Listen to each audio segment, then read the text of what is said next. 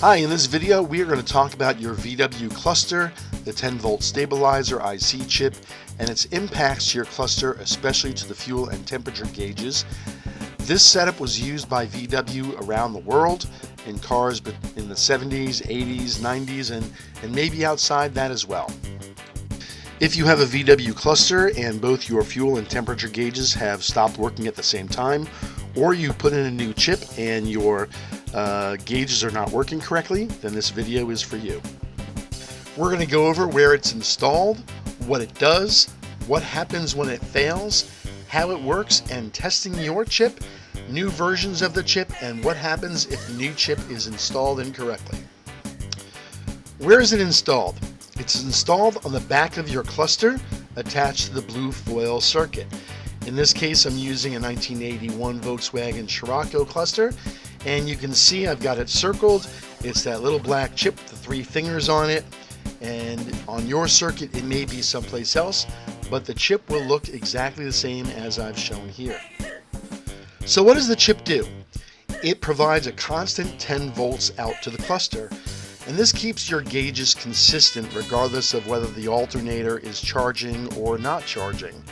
If you didn't have this in place and the alternator was charging your battery, then your gauges would read higher or lower depending upon what's happening with your alternator. What happens when the chip fails? Well, things on your cluster are going to stop working. Most notably, your fuel and temperature gauges probably will completely stop working. When this chip fails, it fails in the off position, meaning that there's no more power coming out of the chip to provide power to those gauges. So everything is going to read 0, and your fuel and temperature gauges both will stop working at the same time.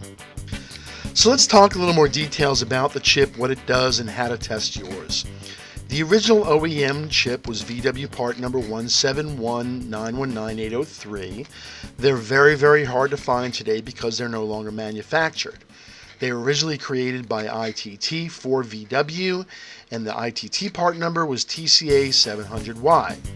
It's a 10 volt output, and it has 220 milliamps max output current. Next, let's talk about each of the fingers and what they do. It's important to know this because if you have yours installed incorrectly, then things are not going to work right. So going from right to left, the first finger on the right is your input voltage. That's 12 volts in from the car. The middle one is your ground, and the leftmost one is the 10 volt output. That provides the constant 10 volts out to your circuit. Next up, we're going to talk about how to bench test your chip. So let's talk about how you're going to bench test your chips to see if they are good or not.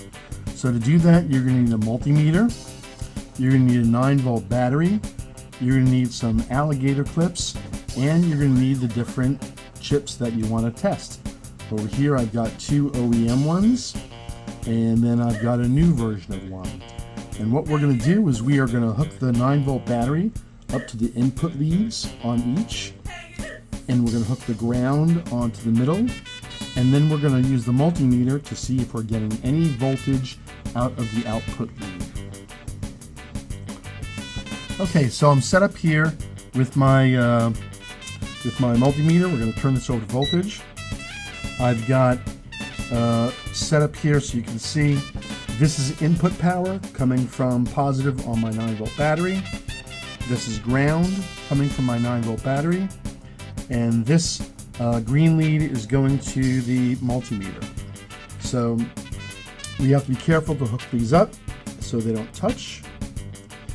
We're going to hook up the ground, and note on the... While I'm in the middle of doing this, and you can see that I'm struggling a little bit to keep these apart, this is a really great time to note why these fail. Sometimes they fail just simply because of age, and other times they fail because a trace has fallen out in your foil connecting a positive to a ground, which then heats up the chip and makes the chip completely fail.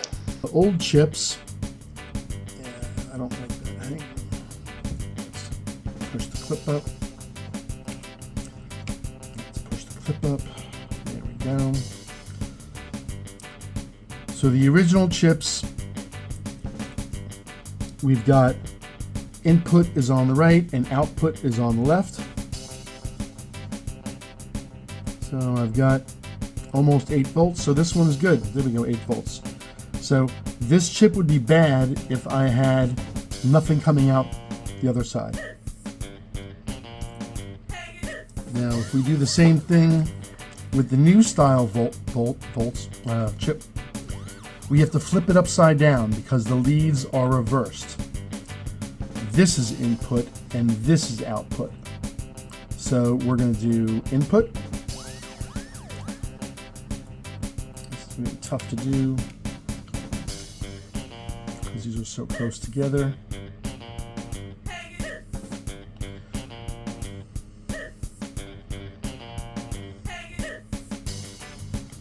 And then here, and I get the same thing. I'm getting 8 volts out, so that's good.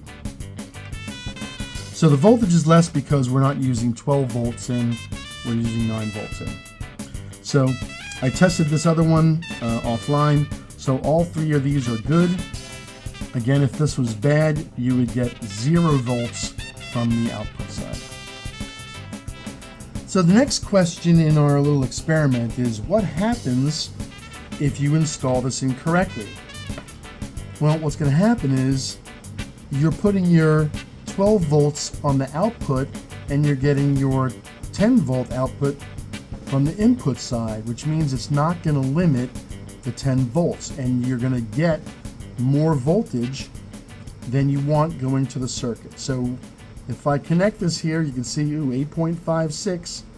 So we're getting a higher voltage output, and that little bit of voltage output is going to drive your temperature gauge higher and your fuel gauge higher. And so that's really important why you need to put these in the proper orientation. So the old original OEM chips are no longer available for purchase, or at least they're no longer manufactured. You can find some out there on the internet, but they are very expensive. Instead, you can use an alternate version of the chip, and these also work. In fact, I send out the L78S10CV as part of the new circuits when I ship them out to people. But note, this is really important and is why I showed the last section of the video. These chips all have to be installed upside down, meaning the heatsink is facing upward instead of downward, and that's because the input and output leads are swapped. And as we zoom in here, you can see that this is installed with the heatsink facing up, and I put a metal nut in there as a spacer and heatsink extension. And this would apply to every single circuit that used the OEM 10 volt stabilizer. No matter what circuit it is, if you get one of these alternate replacement chips, you have to install it upside down as I'm showing. Otherwise, your temperature gauge and your fuel gauge will read higher than it should. So that's it for my little demonstration and video about the VW Cluster 10 volt stabilizer integrated circuit chip. I hope you found this helpful. If you did, please feel free to leave a comment. Now I'm going to just show you some of the circuits that I do make. I do support a lot of water-cooled VWs between 74 and 81, and some specific ones between 81 and 84, like the Rabbit Diesel or the GTI. Unfortunately, I do not have circuits supporting the Jetta or the MK2 Scirocco or anything MK2. I don't have circuits for anything past 1984, as there were just too many components that I could not identify a modern replacement for, or I was just simply not set up to handle some of the requirements of those circuits. So again, I hope you enjoyed this video. Thank you very much and have a wonderful day.